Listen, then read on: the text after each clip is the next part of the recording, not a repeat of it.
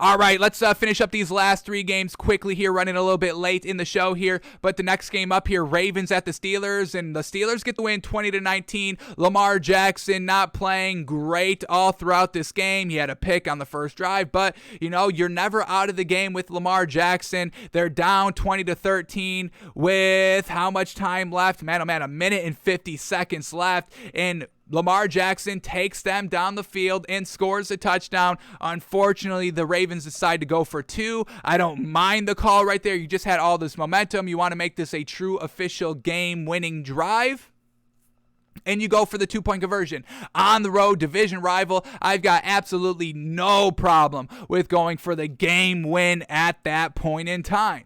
And it was a good play call. It got open. Mark Andrews open, running on the flat there on the goal line. Lamar Jackson just unfortunately overthrew it a tad because of the pressure on him, and that was the game. But overall, it was a decent throw. Just unfortunately, the pressure got to him, and just kind of overthrew it by an inch, literally an inch. He got his fingertips on it. Mark Andrews couldn't tip it back to himself, and that falls incomplete, and they lose the game because of it. But overall, the Ravens, poor offense this entire game.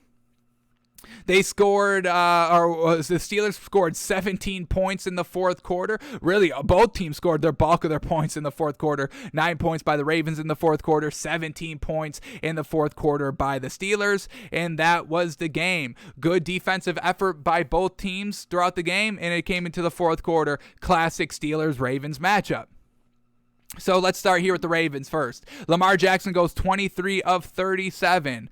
23 of 37. We got 62% completion percentage, okay-ish. 253 yards, 1 touchdown, 1 pick. Like we said, the pick came on the first drive, resulted into 0 points there by the Steelers. Now, it did take away points by the Ravens. They were at the Steelers' 10-yard line. Just a chuck and a prayer by Lamar Jackson, unnecessary. And that's what Lamar Jackson needs to clean up. He needs to learn to play and live for another down. He gets, crazy and just kind of floats it up.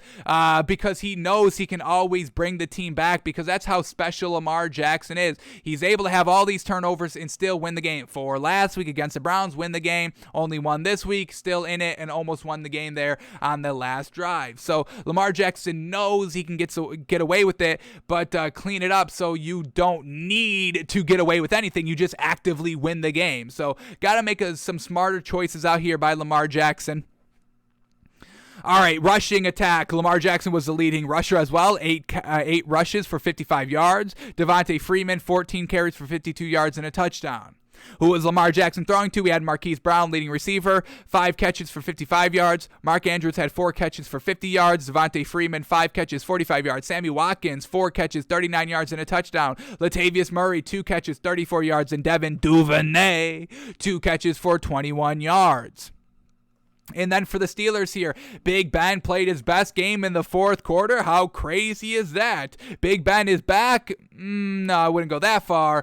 Still not buying the Steelers, but they got the win. We'll give them a little credit. They won against division rival, the Ravens. I mean, that's Mike Tomlin. Mike Tomlin knows he needs to put up a good performance against the Ravens, and Mike Tomlin usually rises to the occasion more times than not.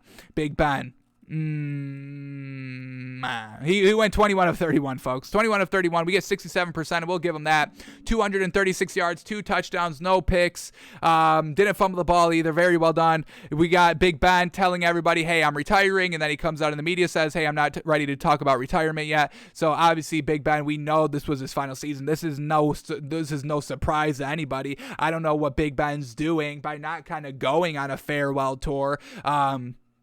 That's really what he should be doing. It takes kind of the negative optics away from the Steelers, because everybody's going to be focusing on Big Ben's last season. You get everybody buying into the organization on the inside, all the players wanting to go to bat for Big Ben now that it's out in the media and all that the media is kind of holding the other players responsible. Remember, folks, Big Ben is going to be a Hall of Fame quarterback, multiple Super Bowl winner. I mean, the media and the press will always uplift those quarterbacks aging out of this league if you go out on your farewell tour. So down the stretch, need to get a couple of wins here to get into the playoffs. I think it's time for Big Ben to come out to everybody, be like, yes, this is my last season. I am done. I think that would be beneficial for the Steelers overall. We'll see if that's the right play, though, by not doing that. We'll see.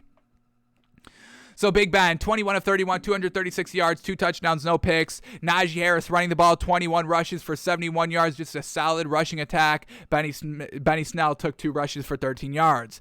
Big Ben, who is he throwing to? Deontay Johnson, leading receiver, 8 catches, 105 yards, 2 touchdowns. We had Chase Claypool, 2 catches, 50 yards. Najee Harris, 5 catches, 36 yards. Pat Fryermuth, 3 catches, 26 yards. And Zach Gentry, 2 catches for 10 yards. Came down to the last play. It wasn't the Steelers defense. Well, yeah, it was the Steelers defense coming off the edge, pressuring Lamar Jackson and making him have to kind of throw the ball a little kind of novelty-ish to get the ball over to Mark Andrews. Just unfortunate about a half a yard overthrown. So